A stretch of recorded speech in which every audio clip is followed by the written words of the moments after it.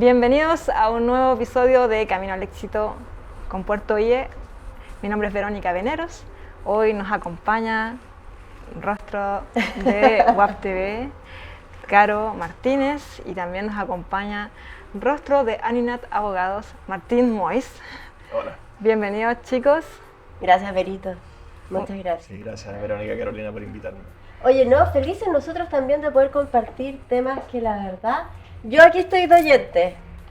Yo estoy de oyente y aprendiendo cada una de las cosas de los temas que ustedes están hablando sobre innovación, sobre todo de emprendimiento y poder sacar adelante distintas empresas, que lo he visto en tu programa, Vero, que ha sido fantástico, como poder ver la evolución que van teniendo. Y bueno, el tema de hoy día, ciberseguridad, la verdad es que es alucinante. Sí, es un tema muy, no quiero decir de moda, pero un tema muy importante. Y yo trataría de no encapsularlo solo en ciberseguridad. O sea, si tú piensas como en un ecosistema de innovación, la ciberseguridad es un aspecto importante, especialmente en los negocios digitales, ¿cierto? Pero no es lo único, la ciberseguridad aparejada de otros temas que están muy ahora en la agenda, como la protección de los datos personales, ¿cierto? Como todo lo que tiene que ver con el comercio electrónico, con todo lo que tiene que ver con los derechos de los consumidores. Si tú quieres, eso es como una especie como de pirámide que para un emprendedor es súper relevante y es algo que nosotros trabajamos harto con los emprendedores que vienen con ideas especialmente de emprendimientos que están orientados a prestar servicios y ofrecer productos al público en general.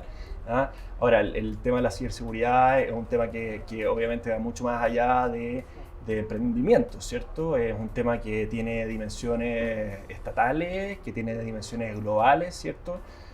Son cosas que hemos directa e indirectamente hemos podido ver en incidentes que han habido en otros países, en la forma en que ahora se están peleando las guerras, en la forma en que nos relacionamos unos con otros y además en cómo eventualmente somos vulnerados en nuestros derechos. Y tiene, yo creo, también mucho que ver con probablemente con ese entusiasmo que tenemos, ¿cierto?, de lanzarnos hacia lo desconocido de forma rápida, sin pensar muchas veces en cuáles son las consecuencias ¿cierto?, como de los genios que estamos liderando la botella, que es algo que lo podemos ver ahora con la inteligencia artificial. A mí me ha impresionado mucho ver las campañas de concientización digital, si tú quieres, que se están haciendo especialmente para proteger a los menores de edad.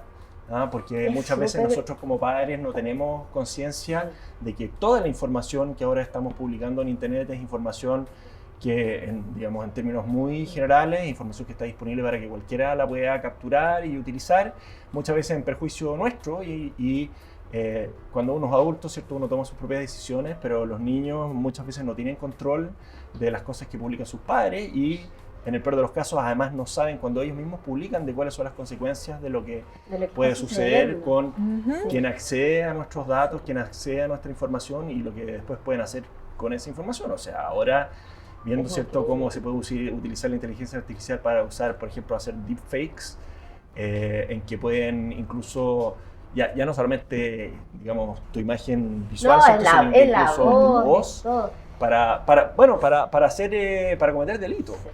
Oye, Martín, bueno, abordamos el tema, yo creo, desde el área tecnológico, pero también innovación, pero algo que nos compete a todos es que hemos ido avanzando en un mundo demasiado rápido. Sí. Y en términos de los riesgos que podemos tener legales en los que nos vamos involucrando, cómo podemos defendernos, cómo podemos también poder tener los límites claros de lo que está sucediendo, yo creo que es un temazo en el cual, no sé si yo solamente, pero nos encontramos indefensos. Sí. Mira, yo incluso como abogado me asusto mucho de las cosas que me toca ver, no solo como abogado, digamos, sino como usuario de las redes sociales, como usuario de internet, ¿cierto?, como usuario de servicios digitales. Y creo que por la especialización en la que me dedico, que son básicamente a ver temas tecnológicos, uno tiende a tomar como una conciencia un poco más incrementada de la importancia, ¿cierto?, de cuidar tus datos. Entonces me ha pasado si alguien me googlea, probablemente no va a encontrar muchos resultados con mi nombre porque Qué trato de no como tener una presencia muy pronunciada. Y de hecho, no sé, cerré mi cuenta de Facebook hace algunos años atrás, mi cuenta de Twitter la cerré hace muy poco, como que ya no me siento seguro estando ahí. Además encuentro que este problema que tienen las redes sociales, ¿cierto? De manipular o, si tú quieres, trabajar sus algoritmos para tratar de buscar aquellos asuntos que provocan como más, como dicen en inglés, engagement. Sí. Hace que uno muchas veces se encuentre con gente que lo que quiere básicamente es pelearte, discutirte y amenazarte y no tener discusiones, si tú quieres, más sanas o didácticas de las cosas que se hacen. Entonces, incluso como abogado, cuesta mucho a veces de repente como ubicarse, ¿cierto? Como en el ecosistema regulatorio de todas las cosas que tienen que ver con todo el tráfico que hay en Internet, porque las implicancias son múltiples. Son muchas y muchas veces uno se pierde. Y bueno, además Chile, ¿cierto? Como un país que normalmente lo que hace es que va siguiendo lo que pasa con la tecnología en los países más avanzados, ¿cierto?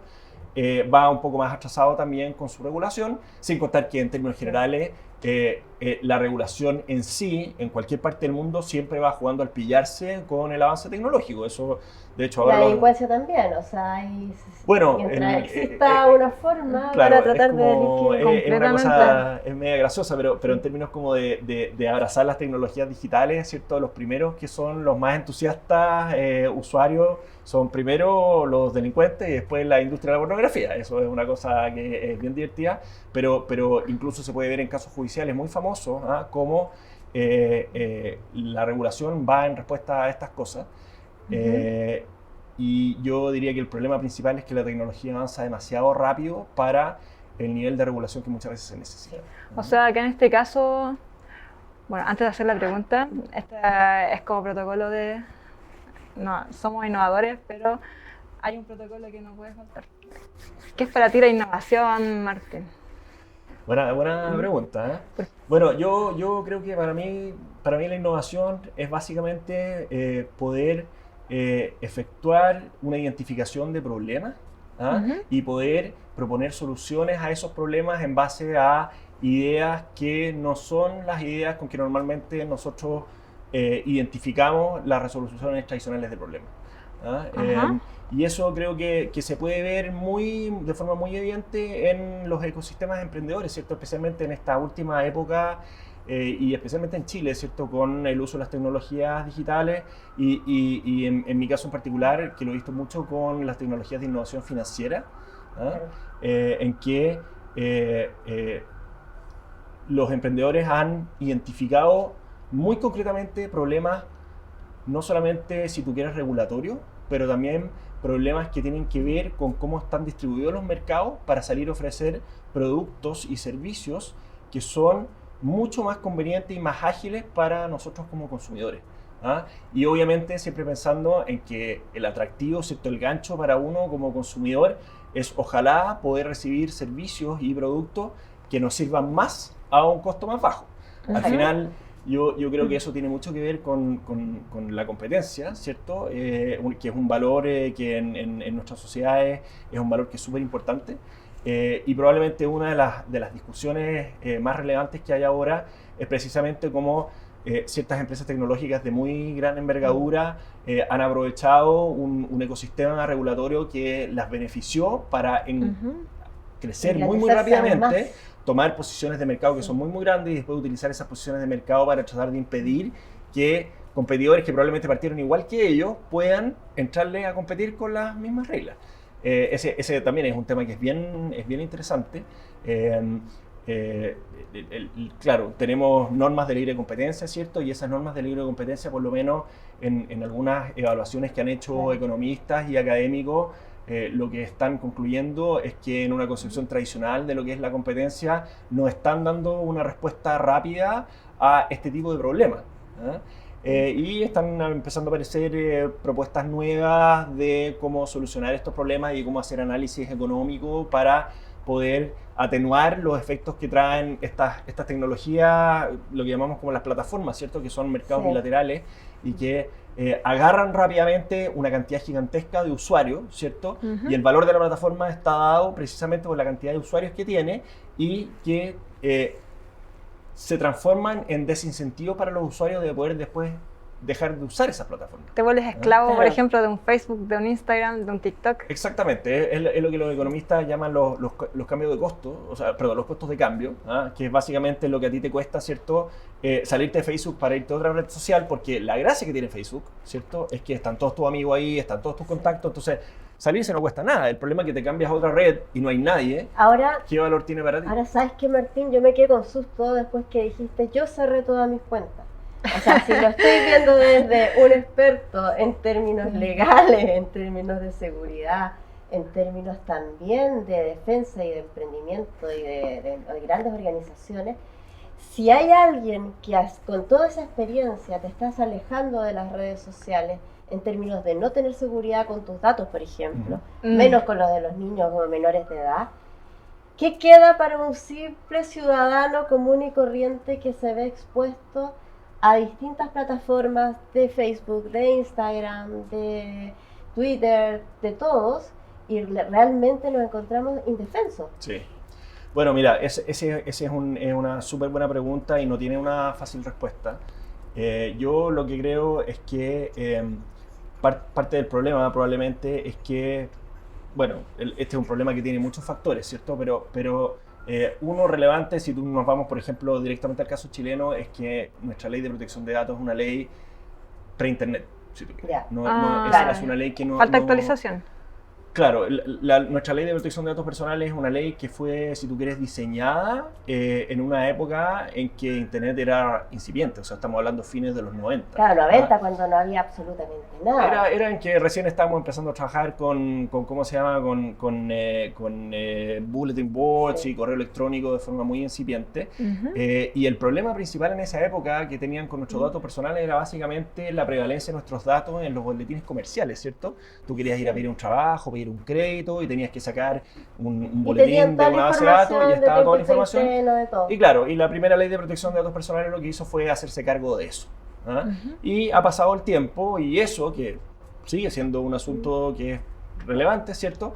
Ha pasado de alguna forma a tomar segundo plano frente al uso indiscriminado que se hace de nuestros datos por las empresas de tecnología. Sin un resguardo, si tú quieres, que sea equivalente al acceso que nosotros le damos a nuestros datos.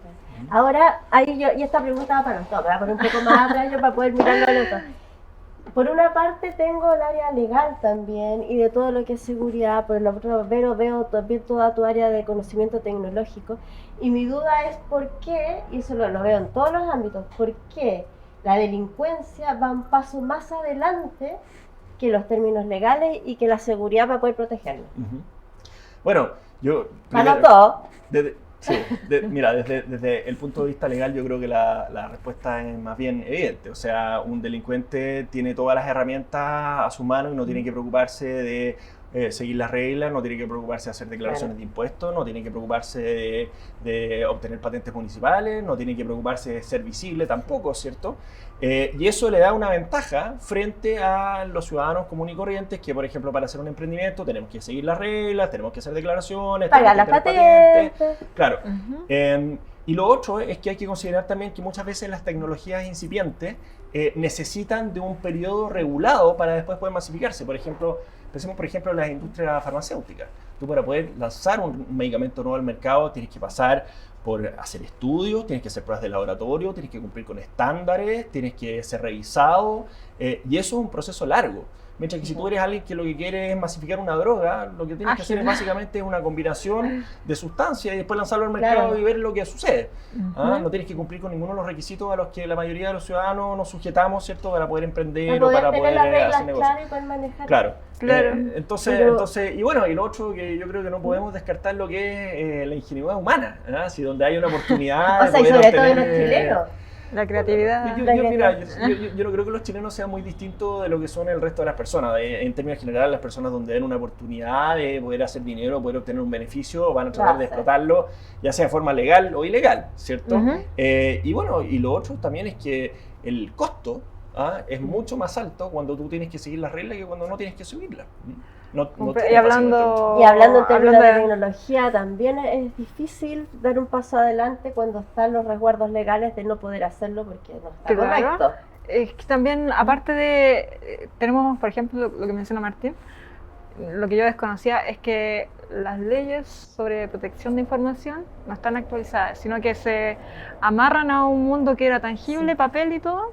Exacto. Y hoy día, post pandemia, lo que estamos viviendo, la super digitalización de todos los servicios, Uber, Didi y bueno, un montón de que ya.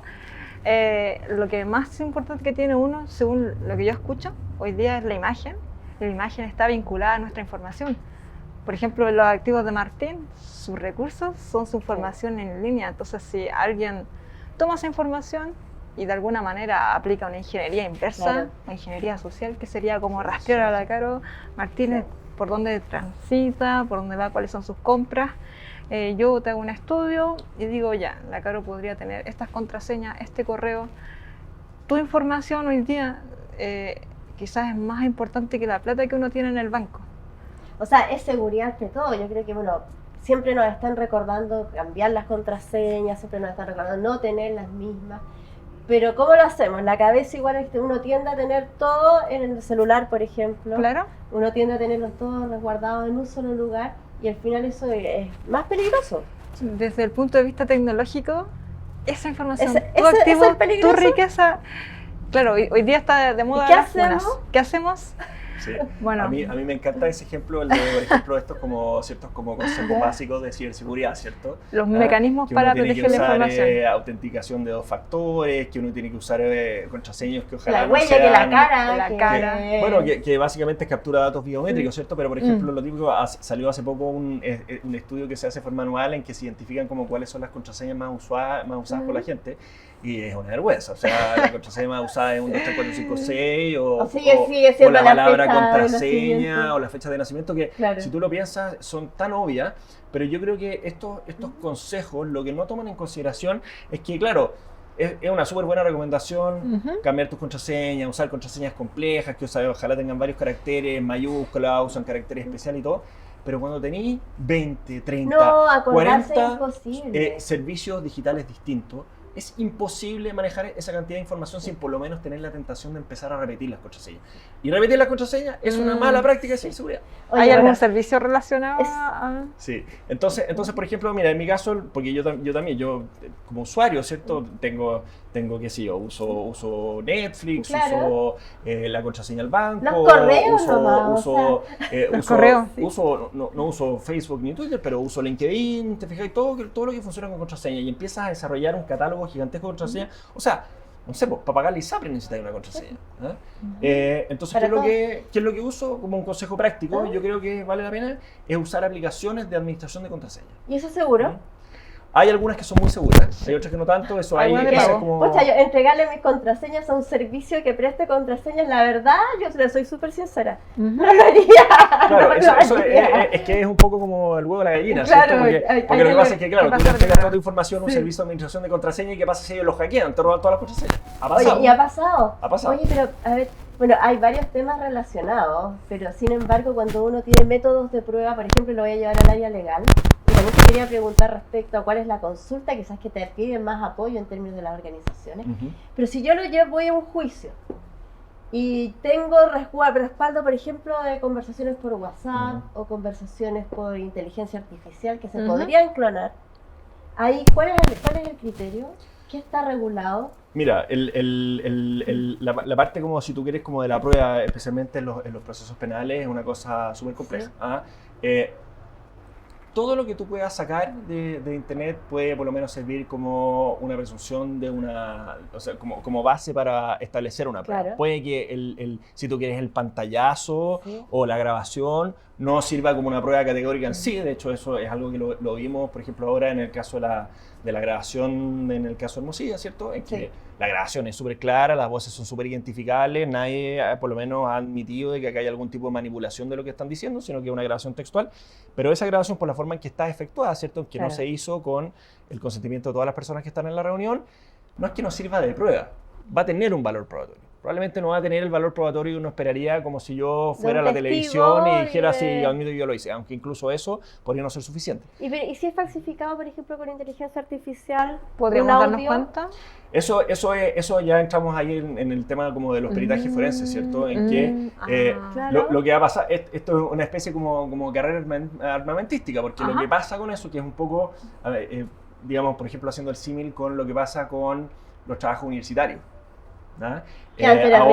Ahora todos los estudiantes usan inteligencia artificial para hacer trabajo universitario o para contestar las pruebas. Entonces, ¿qué es lo que está pasando? Que se están desarrollando herramientas de inteligencia artificial para detectar cuando alguien usó herramientas de inteligencia artificial. Claro. Entonces, con ese tipo de pruebas lo que va a pasar es eso, es que vas a necesitar un perito forense que con herramientas de inteligencia artificial va a hacer una revisión de la prueba para poder detectar si la prueba está adulterada o si fue modificada. Entonces, por eso digo que esto es como una carrera armamentística, es el juego del gato y el ratón permanente, y tiene que ver con lo que hablamos antes, que es que la regulación va siempre jugando al pillarse con la tecnología. Claro. La tecnología avanza, la regulación tiene que ponerse a tope con la tecnología vuelve a avanzar y hay que ver si la regulación necesita una actualización. Lo que pasa es que, por ejemplo, en el caso de la protección de datos personales, nosotros dejamos exageradamente pasar el tiempo para poder actualizar la ley. Ahora hay un proyecto de ley que está a punto de salir del Congreso.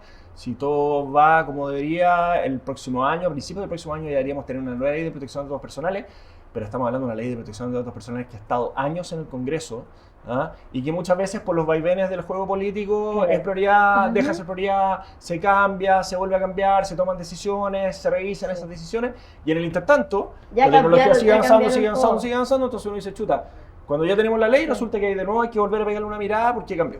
Claro. Por ejemplo, se habla de las cárceles que operan bandas criminales. Tenemos un escenario donde tenemos distintos actores, los delincuentes, la ley, ciberabogados, y tenemos un escenario que cambia muy rápido. Pero una de las leyes que tú mencionas, en el Congreso lleva estancado mucho tiempo una ley para poner sistemas que puedan inhibir las señales dentro de las cárceles, pero 10 años después, donde hay otro tipo de tecnología. ¿Cómo funciona aquí? Mira, eso es una cosa bien interesante. Hay ciertos principios que si tú quieres, inspiran lo que tienen que ser las leyes que regulan tecnología. Y uno es el principio de neutralidad tecnológica, que es que en el diseño de sistemas jurídicos y de herramientas de, por ejemplo, combate a la delincuencia, uno no tiene que casarse con una tecnología específica, sino que lo que tiene que hacer es que tiene que regular de forma tal que la norma sea lo suficientemente flexible para ir recogiendo los cambios tecnológicos y adaptarlos sin que sea necesario tener que volver de nuevo al Congreso. Si el problema es... Exacto, o sea, ir avanzando en términos de las necesidades que se va dando. Claro. Necesidades que estamos viendo en organizaciones tanto públicas, no solo a nivel nacional, sino organizaciones públicas, organizaciones privadas, entidades bancarias, que yo creo que es uno de los entes que más preocupa a la ciudadanía. ¿Cómo están funcionando en este minuto las entidades bancarias, por ejemplo? Mira, yo creo que acá hay que reconocer, los bancos lo hacen muy bien. Los bancos, probablemente precisamente por el nivel de criticidad que significan para el funcionamiento de nuestra economía, son bancos que son instituciones que desde hace ya bastantes años han estado sujetos a obligaciones que son mucho más intensivas en términos de ciberseguridad, de entrega de información en caso de incidentes de ciberseguridad, en proteger su información crítica, ¿te fijas? Y tienen estándares muy altos, muy altos. Y además eso van supervisados por la Comisión para el Mercado Financiero, que es una entidad pública que es probablemente de las entidades más sofisticadas que hay en Chile. De hecho, ellos están a cargo ahora de... la Comisión para el Mercado Financiero no solamente fue uno de los principales impulsores públicos de la ley FinTech, sino que ahora están a cargo precisamente de preparar toda la normativa secundaria para echar a andar la ley.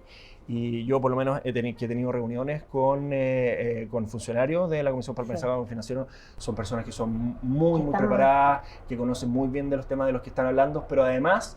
Una cosa que yo creo que vale la pena reconocerla, son personas que entienden que el cambio tecnológico muchas veces implica tener que tomar decisiones en pos de facilitarle la resolución de problemas a la gente, que implican muchas veces que las decisiones pueden significar cierto riesgo, pero que riesgos son, controlados en el fondo. y que son gente que son abiertas a entender cuando la regulación es muy estática y con una explicación técnica más que legal se dan cuenta que se pueden hacer ajustes a la norma sin que se disminuyan los niveles de seguridad y sin poner en riesgo a los usuarios, que al final es lo que nos importa. En el fondo, claro, son los usuarios los que tienen que estar atentos a los avances de la tecnología y a los resguardos legales también. Sí, yo creo que ese es probablemente uno de los grandes problemas que tenemos en Chile. O sea, si tú te vas a la Política Nacional de Ciberseguridad, que se publicó justo esta semana, y que va a guiar un poco el rumbo del Estado de Chile de acá al 2028 en temas de ciberseguridad. Y con unas cifras horrorosas, o sea, yo vi un 62% respecto a que habían ataques. O sea,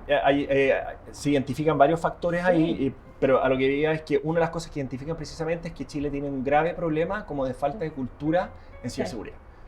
Y eso es no solamente a nivel público, sino que también a nivel de nosotros los usuarios. Si al final a ti te entregan un teléfono celular, digamos, y tú tienes un conocimiento más bien rústico de lo que se puede hacer y no se puede hacer con el teléfono, ¿cierto? Hay, por ejemplo, a mí me encanta el ejemplo de la gente que cree que navegar incógnito está escondiendo toda la información de, por ejemplo, su proveedor de servicio de internet.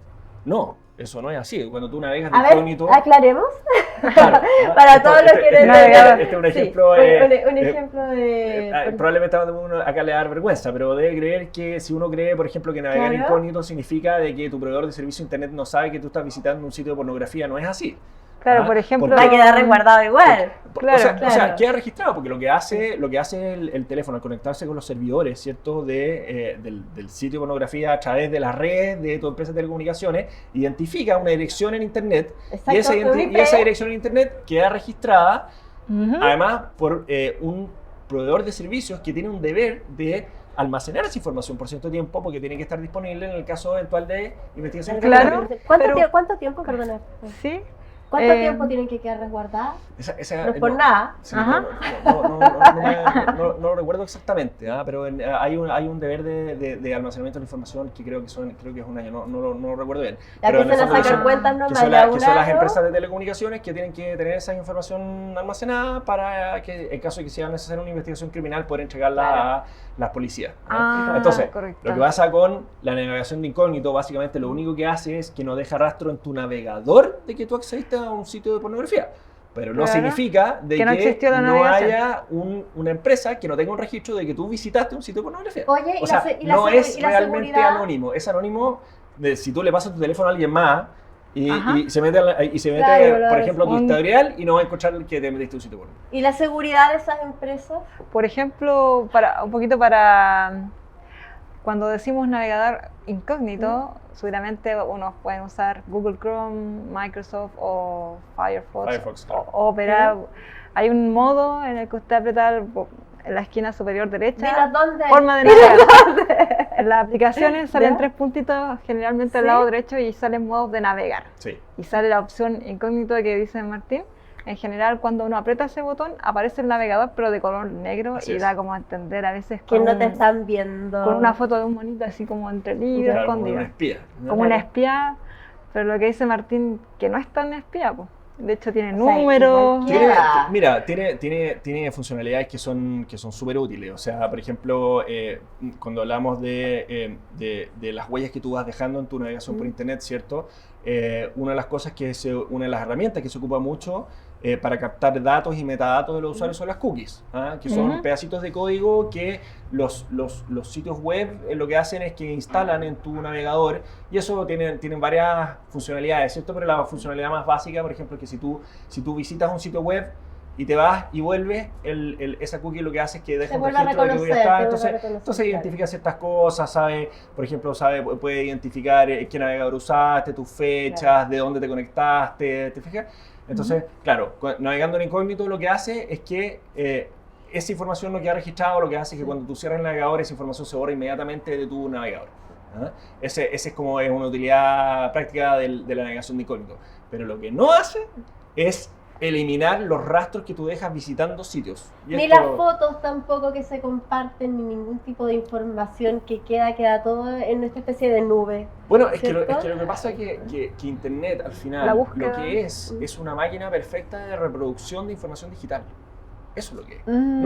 No es que tú tomas un archivo en tu teléfono y lo envías. Lo que hace tu equipo es que crea una copia de tu archivo y lo envía.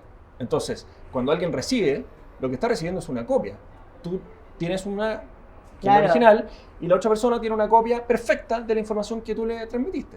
Ahora, ¿qué pasa, por ejemplo, con el resguardo? Voy a empezar pensando en la propiedad intelectual de temas que uno podría plantearle a la inteligencia artificial y que te los desarrolle.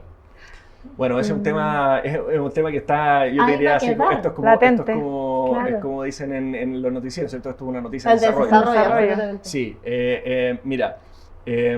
Toma agua, pero la pregunta... Yo también voy a tomar el pasito, por favor. Sí. Pero el pasito. La pregunta es súper buena, porque de hecho, esto tiene varias aristas, ¿eh? Una es el tema de la autoría propiamente tal.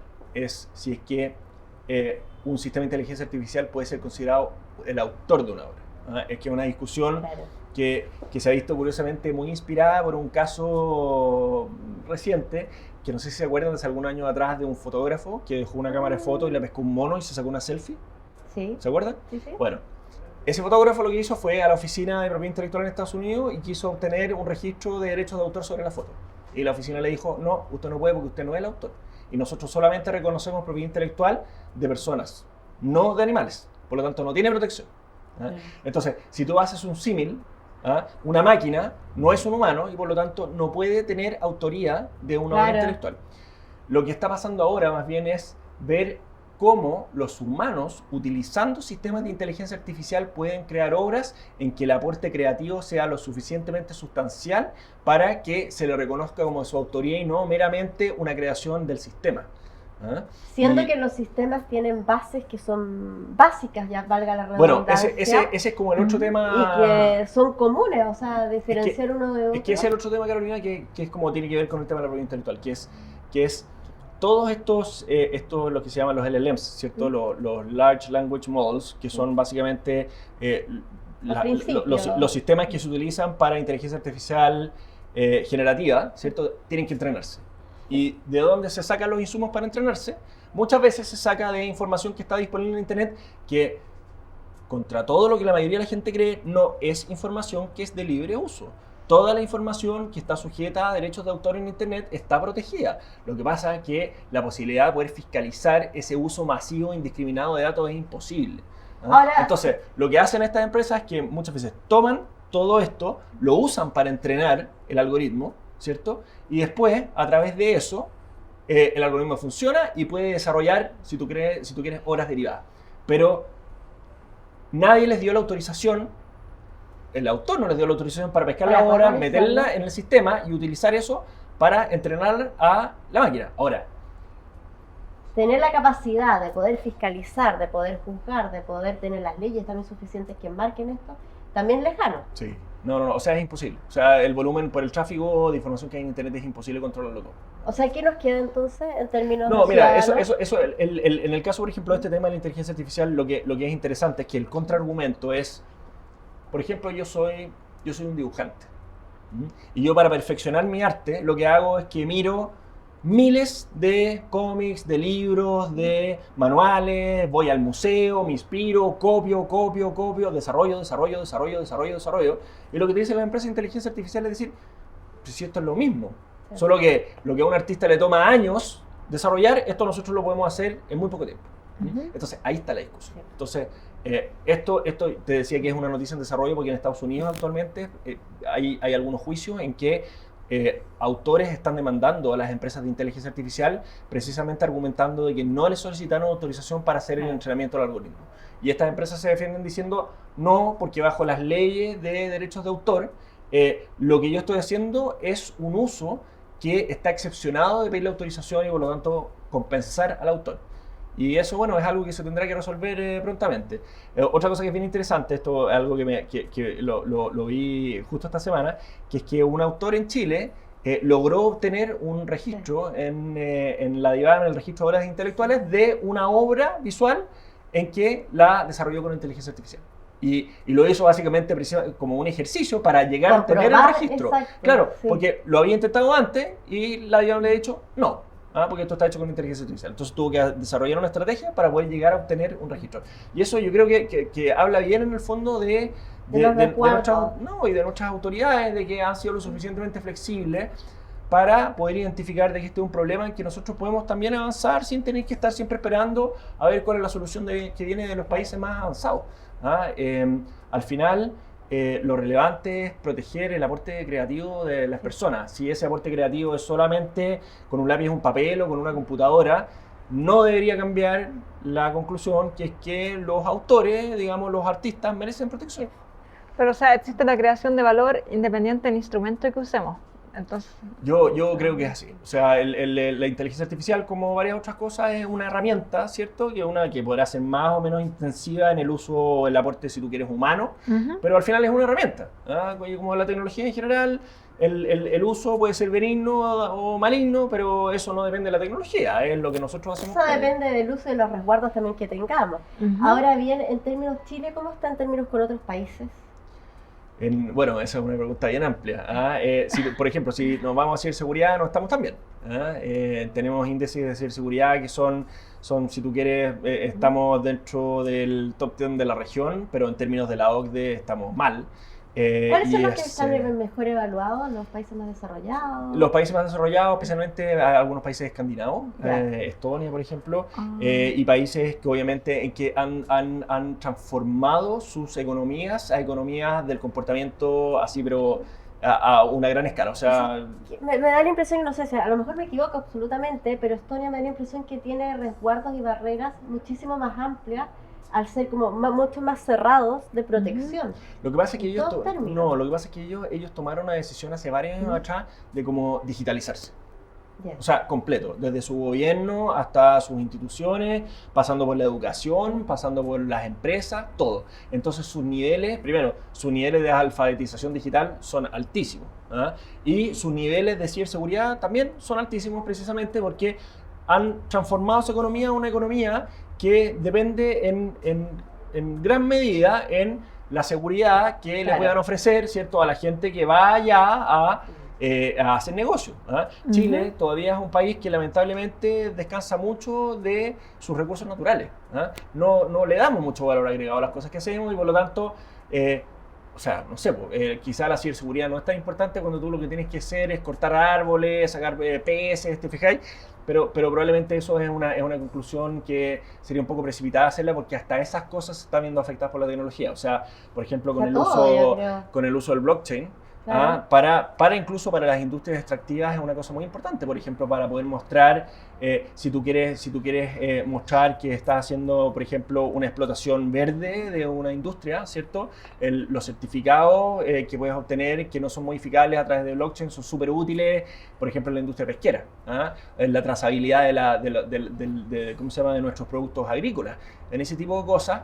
Y ahí, en la región yo creo que estamos bien. O sea, y eso lo podemos ver incluso en nuestros índices de conectividad, ¿cierto? En Chile hay más de un teléfono celular por persona, nuestra banda ancha es de las mejores de la región por lejos. Somos también pruebas. Somos ahí. Efectivamente. Somos conejillos de India en términos de otros países. Sí, somos conejillos de India, pero en el buen sentido de la palabra. Es decir, es precisamente porque ven que nosotros tenemos en ciertos aspectos niveles de maduración digital que son súper importantes y de presencia digital, si al final no hay que olvidarse de eso, ¿cierto? O sea, los niveles de banda ancha que tenemos en Chile son realmente espectaculares, no tienen tanto que enviarle a países que son mucho más avanzados. Y eso lo podemos ver, o sea, tenemos todos los servicios de streaming que te puedas imaginar, tenemos todos los servicios digitales que te puedas imaginar, acá llegan los celulares más modernos, hacen pruebas de los equipos más novedosos, ya vamos camino a tener 5G, o sea, son cosas que otros países de la región se las quisieran y que son muy impresionantes incluso para inversionistas que llegan para acá, precisamente un poco como seducidos, ¿cierto?, por la facilidad con que se encuentran para poder desplegar, por ejemplo, un negocio en Internet. Completamente, y por ejemplo Chile a nivel regional está como top, está en el primer lugar de lo que tú mencionas, el acceso a las telecomunicaciones, vamos a ser pioneros en 5G, pero también tenemos muchas industrias que están emergiendo amarradas a la tecnología. Mencionaba recién el tema de que quizás no era tan atingente desarrollar una industria atenta a los ciberataques quizás porque estuvo el enfoque en el método extractivo. Pero en la misma evolución tecnológica, por ejemplo, hoy día ha permitido que en Chile se empiecen a desarrollar nuevas industrias, por ejemplo, los videojuegos, el blockchain, la fintech. Sí. Ahora vemos la necesidad y van a aparecer los órganos, me imagino? Sí, eso, ¿no? mira, eso es súper vigente, porque justamente la Política Nacional de Ciberseguridad lo que hace es que identifica que tenemos un déficit de 28.000 expertos en ciberseguridad. Eso es un volumen gigantesco. Entonces, uno de los desafíos, ¿cierto?, del Estado es poder poner a disposición de las empresas y del mismo Estado las herramientas para poder capacitar y entrenar a las personas que vamos a necesitar precisamente para que puedan resguardar nuestros datos en Internet, para que puedan resguardar la resiliencia de los negocios y de nuestra infraestructura crítica que funciona sobre redes digitales. Y precisamente porque ese tipo de garantías lo que hacen es que atraen inversiones. Claro. O sea, si nosotros somos capaces de demostrar que tenemos niveles maduros de ciberseguridad y de sofisticación en el comercio electrónico, es un incentivo para que después las empresas se vengan a instalar acá. Y yo creo que hay algo ya que está bastante avanzado. De partida, tenemos un programa espectacular para emprendedores que es Startup Chile, que es un programa que se ha copiado en varias partes del mundo y que nos ha dado grandes muestras de emprendimientos que escapan a escalas que para Chile son totalmente inesperadas. O sea, casos como el de Not Company, que básicamente su producto es un algoritmo, ¿cierto?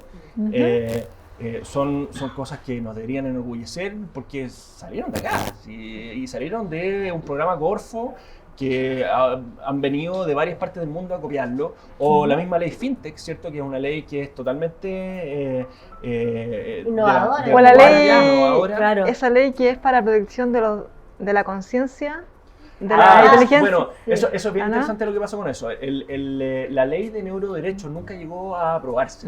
Lo que se alcanzó a aprobar fue una reforma constitucional para garantizar la protección, si tú quieres, de nuestros datos neuronales. Pero eso todavía está estancada. Lo que pasa es que eso siempre fue un paquete. En el fondo, funcionaba a nivel de garantía constitucional y funcionaba y tenía que haber una ley que implementara ciertos resguardos. Y esa ley no avanzó. Pero la creación de esto habrá sido incentivada, por ejemplo, por los experimentos que hacía Elon Musk en animales con chips para controlar lo que van a hacer, ¿no? De hecho sí, o sea, si tú te vas al mensaje del proyecto de ley de la reforma constitucional que es del senador Girardi, él lo indica, digamos, o sea, habla de ejemplos precisamente de estos emprendimientos que están saliendo en que buscan hacer conexión entre máquinas y cerebro, y eso es súper interesante porque él mismo fue, si tú quieres, como el primer caso de laboratorio para probar la garantía constitucional, porque él entregó sus datos neuronales a una empresa que hace análisis y trabajo con esos datos, y cuando pidió que esa información le dijeran qué es lo que hacía con ella y que la eliminaran, la empresa le dijo que no y interpuso un recurso de protección y lo ganó. O sea, entonces, él digamos, si tú quieres, es una persona que está directamente involucrada en tanto por haber sido el autor de la reforma constitucional y de la ley, pero también debe demostrar de que esto tiene un efecto práctico, porque te lo admito yo, o sea, yo era muy escéptico también y sigo siéndolo de que necesitemos ese tipo de resguardo. No de resguardo, pero más bien de una derivación tan específico de algo que si tú lo ves en otras garantías constitucionales ya está resguardado. Ahora, Martín, ¿pero qué nos hace falta? Nosotros como país estamos también avanzando y viendo que cada vez hay más innovación, cada vez hay más avances. Sin embargo, muchas de las leyes se van quedando atrás. Y tú mismo, dentro de la organización en la que estás liderando, recibes, me imagino, muchísimas organizaciones y grandes empresas que se quieren resguardar. ¿Cuál es lo básico que ellos se quieren resguardar? Bueno, mira, esa es una pregunta que yo creo que tenemos que separar como un antes y un después. El antes y después en la pandemia. O sea, el volumen de tráfico en Internet que creó la pandemia y si tú quieres, la explosión de comercio electrónico que trajo la pandemia, hizo que todos empezaran a poner mucha atención en cómo esos negocios estaban haciendo uso de nuestros datos. Eso yo diría que es lo principal, incluyendo el Servicio Nacional del Consumidor. Y el Servicio Nacional del Consumidor lo que hizo fue... tremendo tema. Trabajó, si tú quieres, a dos niveles. En un nivel, el Servicio Nacional del Consumidor lo que hizo fue, incluso antes de la pandemia, dado que no hay una agencia de protección de datos No tenemos todavía una agencia de protección de datos, entonces uno queda de alguna forma Un como vacío. abandonado a su suerte cuando alguien hace un uso Claro. abusivo de tus datos. ¿A quién recurre? ¿Qué es lo que hace? Porque la ley de protección de datos personales contempla un procedimiento judicial, pero el procedimiento es tan engorroso, tan inútil, que nadie lo usa. Esa es la verdad, nadie lo usa. ¿Y les interesa que lo usen? Por supuesto, pero está... Pero ¿a pero quién no está- le interesa que lo usen? No, a todas las empresas que lo que hacen, o sea, y no son solo las No lo empresas, es. pero básicamente a todos los que hacen un uso indiscriminado de nuestros datos y que descansan en el fondo en que si tú queréis pedir la información, Y una venta más, pues. claro, es que, bueno, ahí podemos entrar como en otras discusiones, pero lo que voy es que, de nuevo, uno tiene que pensar que esta ley estaba diseñada para un mundo pre-internet. Entonces, en un mundo, si tú quieres, analógico, ese procedimiento judicial probablemente habría funcionado bien. En un mundo digital, en que la afección y el robo de información o el mal uso de la información es tan rápido, tú necesitas respuestas rápidas. ¿Y qué es lo que pasó? Que es que se descubrió que una de las formas de poder accionar rápidamente contra esto era a través de recursos de protección, que ¿cómo se llama? Que están reconocidos para cuando tú sufres vulneración de tus garantías constitucionales, incluyendo lo que es el derecho a la intimidad, Claro. ¿cierto? O la inviolabilidad de las comunicaciones privadas, ese tipo de cosas, te ibas de protección y la Corte de Apelación o la Corte Suprema en tu caso te respondía de una forma teóricamente correcta. rápida, pero no tan Correcto. rápida, ¿no? Entonces, el CERNAC lo que hizo fue una cosa muy inteligente, que identificó que especialmente en el comercio electrónico, las políticas de privacidad forman parte del contrato, si tú quieres, que tú firmas con el proveedor. Ya. Entonces, lo que el proveedor hace o no hace con tus datos, si incumple lo que está haciendo, significa que está infringiendo tus derechos como consumidor. Entonces, lo que hizo el CERNAC se empezó a meter en juicios Claro. en que decía, esta empresa lo que hizo fue pescó los datos de una persona o pescó los datos de miles de personas, armó una base de datos y se la vendió a una empresa de marketing. Y eso es una infracción de la ley de protección al consumidor. Y eso, que funcionaba, si tú quieres, informalmente, en un momento alguien lo recogió y dijo, esto es tan así que se consagró en una ley. Entonces, en la ley pro consumidor lo que se hizo es que se le reconoció expresamente al CERNAC la competencia para poder conocer de infracciones a la ley de protección de datos en el marco de una relación de consumo. Entonces, O sea, ahora el una CERNAC tremenda vuelta para poder resguardar un término que se podría haber hecho de manera más directa. es que lo que pasa es que si tú te vas al comercio electrónico, este es el gran tema. Sí. Entonces, ¿qué es lo que pasó con el comercio electrónico? Que de un día para otro se empezaron a dar cuenta que el CERNAC estaba empezando a preguntar y empezaron a revisar sus políticas de privacidad. Y se dieron cuenta que no tenían nada. ¿Ah? O se dieron cuenta de que tenían cláusulas o uso de la información que era totalmente abusiva. ¿Ah? Esto además reflejado en juicios que fueron súper importantes. Por ejemplo, hay juicios famosos en contra de las tiqueteras. ¿Ah? Tremendo tema ese. Sí, en que las tiqueteras tenían condiciones contractuales en que ellos, básicamente tú los autorizabas a que ellos pudieran hacer lo que quisieran con tus datos y si ellos perdían los datos, Claro. no respondían, el CERNAC los llevó a juicio y ganó su juicio. Entonces, ese es el antecedente. Y ahora, la segunda pata, si tú quieres, es que el CERNAC ha publicado lo que son circulares interpretativas. ¿no? Ya. Y esas circulares interpretativas, que son solamente vinculantes para los funcionarios del CERNAC, igualmente informan el trabajo de los jueces. Porque los jueces muchas veces, ante el desconocimiento de estos temas, ¿en qué se apoyan?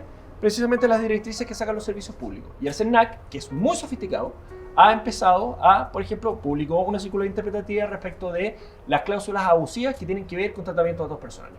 Y eso Claro. incluso para nosotros los abogados es muy fácil de De pescar y usarlo como un insumo cuando tú tienes que diseñar una política de privacidad, por ejemplo, de saber hasta dónde puedes llegar en el uso de los datos sin, en el fondo, gatillar una responsabilidad más intensiva, precisamente pensando en que, oye, este es el tipo de cosa que un funcionario del Claro. CERNAC, si te revisa, te va a preguntar. Claro.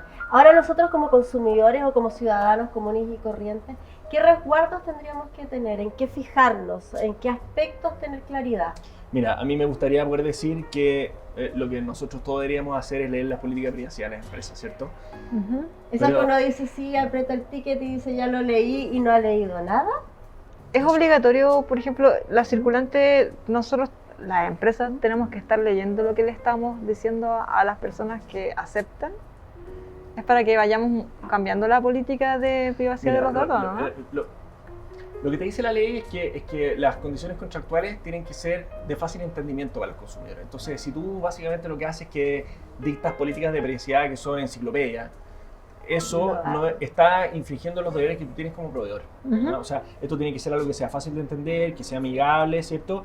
Y que no le suponga al consumidor un obstáculo insalvable para poder saber qué es exactamente lo que está contratando. Eso en términos generales.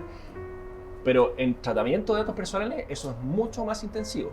Y, oye, ¿para qué andamos con cosas? Yo soy abogado, pero leerse la política de privacidad de una red social, que son cientos de páginas, es imposible, o sea, nadie lo va a hacer. La pregunta es si alguien lo ha hecho. ¿Tú lo has hecho, Vero?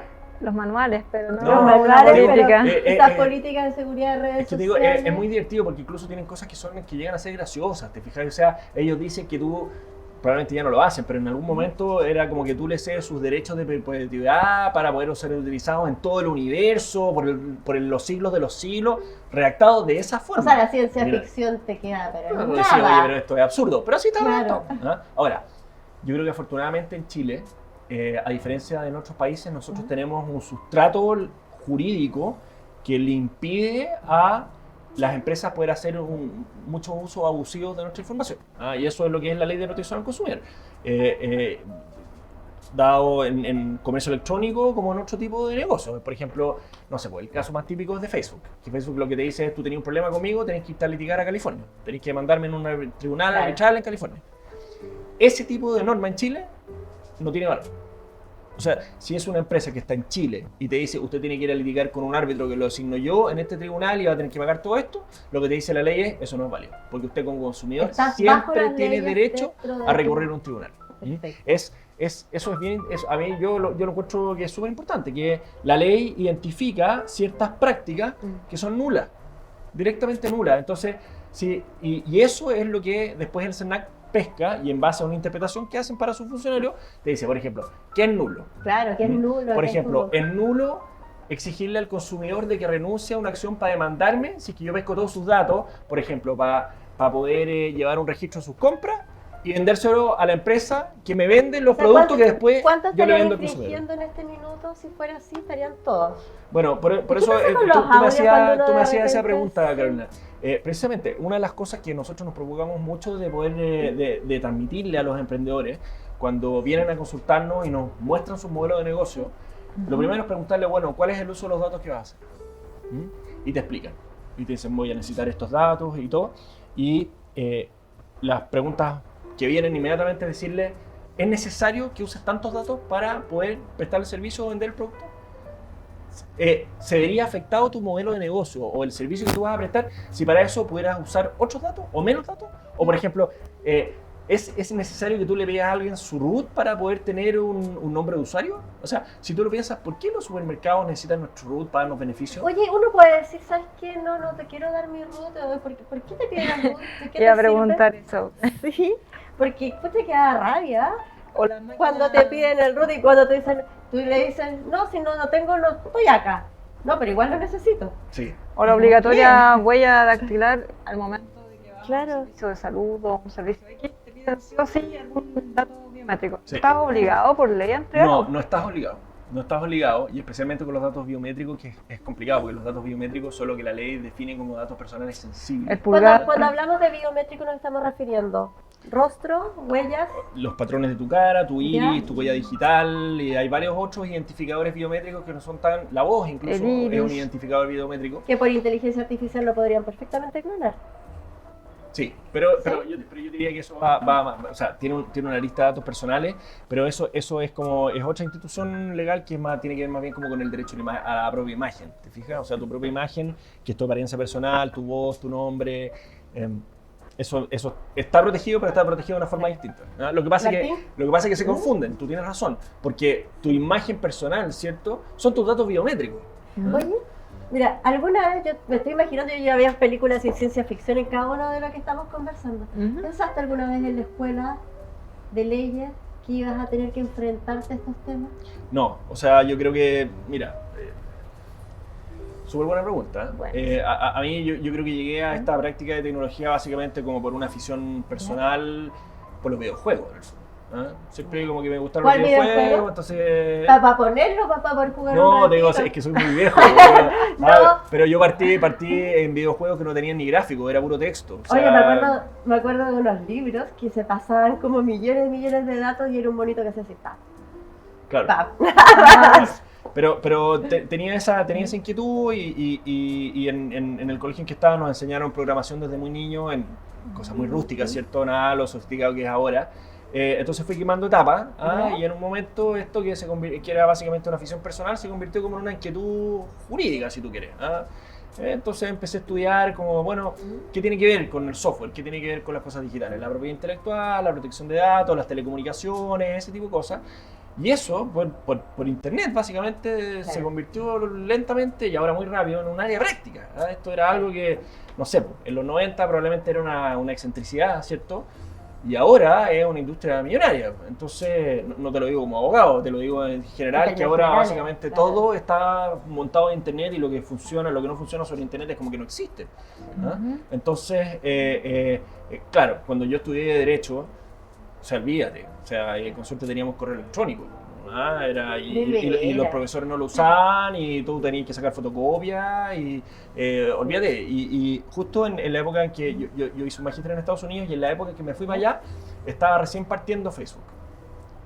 De hecho, como que tuvimos Facebook en la época en que Facebook era como una red social que estaba partiendo, entonces solamente tenía acceso a las universidades. No se había abierto al público. Entonces tú llegabas para allá y te decían, bueno, como usted es estudiante, entonces tiene una cuenta Facebook. Y yo preguntaba, ¿y qué es Facebook? ¿Qué es? No tenía idea de que era Facebook. Y ahí aprendí. Y esto era en la época de Napster, en que estaban todos estos sistemas, en que se pirateaban canciones como locos, y la industria del entretenimiento se vio amenazada, así como en su existencia, ¿cierto? Y pasaron estas cosas locas, como que las bandas empezaron a demandar a sus fans, ¿te fijas? Y todo lo que eso hizo al final fue que pavimentó el camino para que llegara una empresa como Apple, creara un sistema de estos catálogos de canciones, creara el iPod y se comiera el mercado discográfico. Porque eso fue lo que pasó. Entonces, cuando empiezas a ver esos fenómenos, y especialmente si te toca la oportunidad de estar en países como en Estados Unidos, que jurídicamente siempre están a la vanguardia de lo que se está discutiendo, es otra la realidad. Es otra la realidad. Sí. Y es tecnología y somos personas naturales y empresas, pero hay personas que dominan más el tema. Pero hoy día, en este mundo tan rápido, ¿es necesario que todos en la empresa, en un emprendimiento, sepamos o tengamos algunos mecanismos? Sí, yo creo que sí, y eso incluso no quiero ser como redundante, pero volver un poco al tema de la política nacional de ciberseguridad, que esa es una de las falencias que se identifican, que nosotros tenemos muy poca cultura de ciberseguridad, y no solo de ciberseguridad, tenemos poca cultura en nuestra protección de los datos. O sea, lo que tú me preguntabas, el tema del root, ¿por qué tengo que estar entregando el root? No tenéis que estar entregando el root, ¿por qué? Pero lo que pasa es que el root es una forma muy fácil de identificarnos, ¿por qué? Porque es un número verificador que es personal, nadie más tiene tu root, es como una huella digital, en el fondo, ¿cierto? Entonces, para una empresa que tiene que hacer identificadores únicos de su usuario, es muy fácil usar el root. Pero lo que pasa es que en el sistema jurídico en el que estamos actualmente, las empresas te pueden decir como, tómelo deje. Claro, tómelo deje. Ahora... Entonces si tú querés sacar la tarjeta de una casa comercial, te va a pedir el root, y digo, que no le quiero dar el root, entonces no puedes sacar la tarjeta. Claro. Oye, bueno, si bien el tiempo se pasa volando, pero no puedo dejar de hacerte esta pregunta. El próximo año está todo revolucionado por el cometa que nos va a dejar sin internet varios días. Y yo me acuerdo de haber visto un mapa de ciberataque que era impresionante como en términos de segundos, todos los lugares y los ciberataques que se dan. Sí. ¿Qué pasa si estamos sin internet algunos días con la ciberseguridad?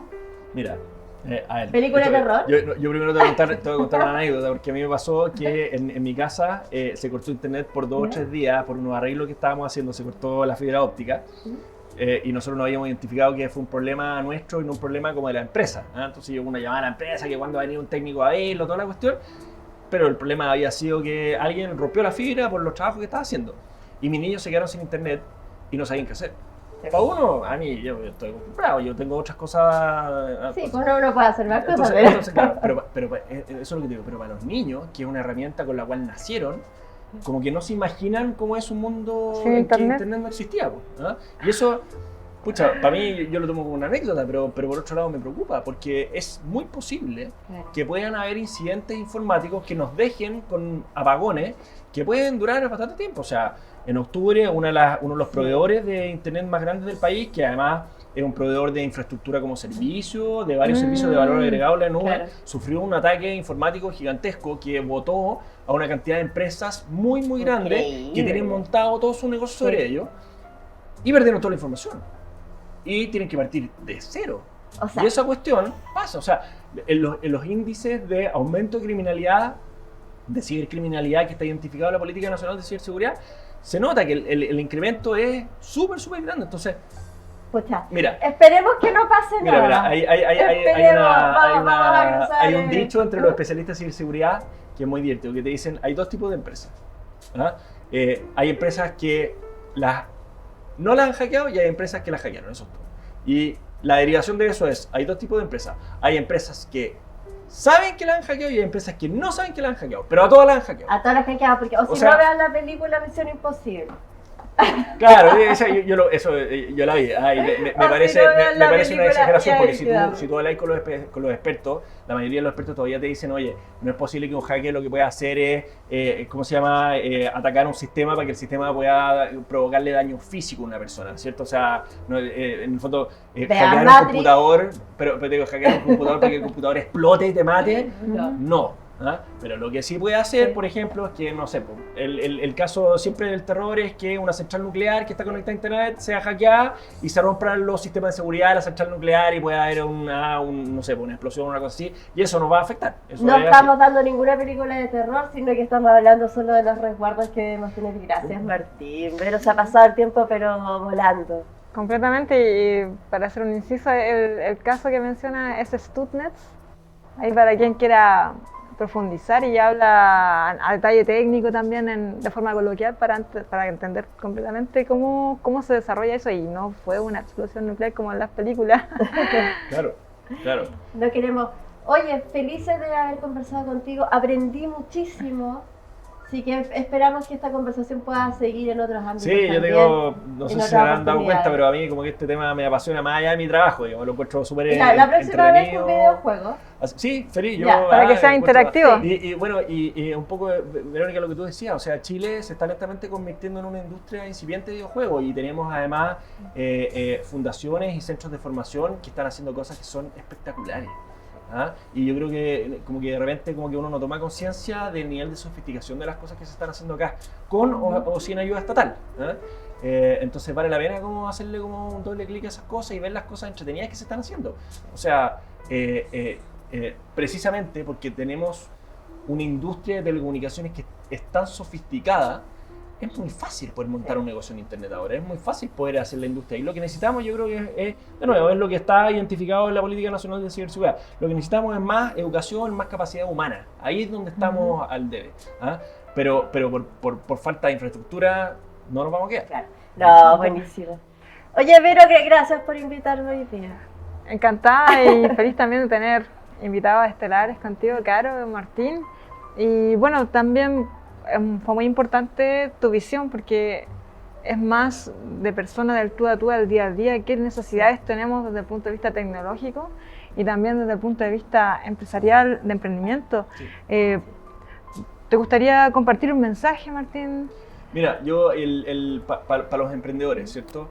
Acá no me quiero hacer publicidad, pero es importante para un emprendedor tener muy consciente desde el día uno que la parte legal es importante.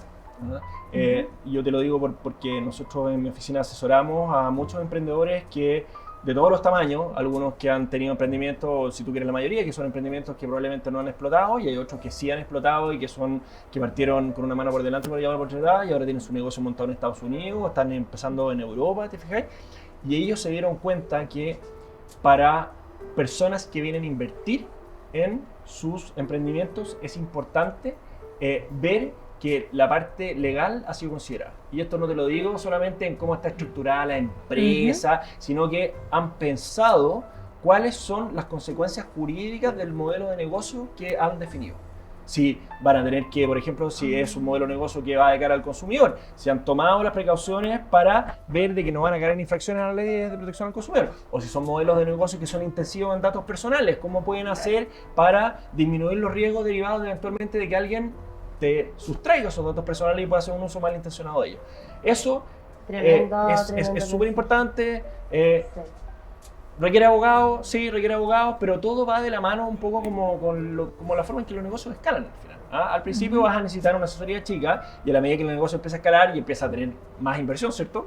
Es que ya hay plata más grande metida, para los inversionistas es mucho más importante tener un resguardo de que haya algún experto que le haya dicho atrás que esté tranquilo, lo que estas personas pensaron jurídicamente funciona, es viable, ha considerado cuáles son las leyes locales y por lo tanto no hay un riesgo de que eventualmente por un problema en el negocio todo se vaya al carajo, ¿cierto? Y pierdan la inversión. Y lo otro que es súper importante, que es una cosa que especialmente en los negocios intensivos en tecnología, en que el aporte creativo de quienes participan es muy relevante, y esto ya es un consejo mucho más específico, que es si tú vas a contratar a una persona que va a trabajar en tu emprendimiento para desarrollar un servicio o un producto tecnológico, tienes que resguardarte de que los derechos de autor de esa contribución le pertenezcan a la empresa y no a él, porque en los términos generales los aportes creativos son de quien los desarrolla, no de la empresa.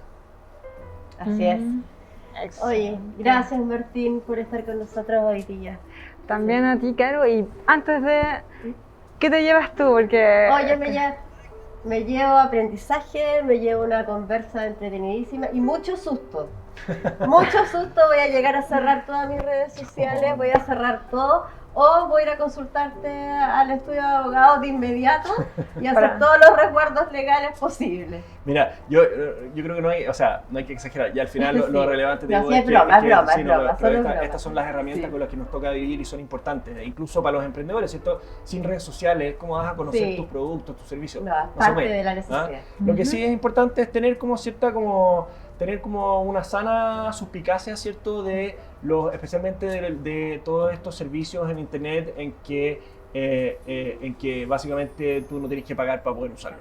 Porque la típica frase que hay para los que somos expertos en protección de datos, ¿cierto? Es que cuando tú no estás pagando por un producto, el producto eres tú. Exacto.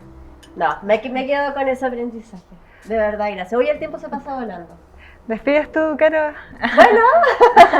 No, muchas gracias, Martín. Gracias. No, muchas gracias a ustedes de nuevo por invitarme, lo pasé súper bien. Y feliz que les haya entretenido y poder seguir conversando de estos temas cuando quieran. Completamente, te vamos a traer porque dejaste muchas cartas sobre la mesa. Felices. Bueno, nos volvemos a encontrar en otra oportunidad, en otro programa, con más innovación, con más emprendimiento aquí en Camino al Éxito.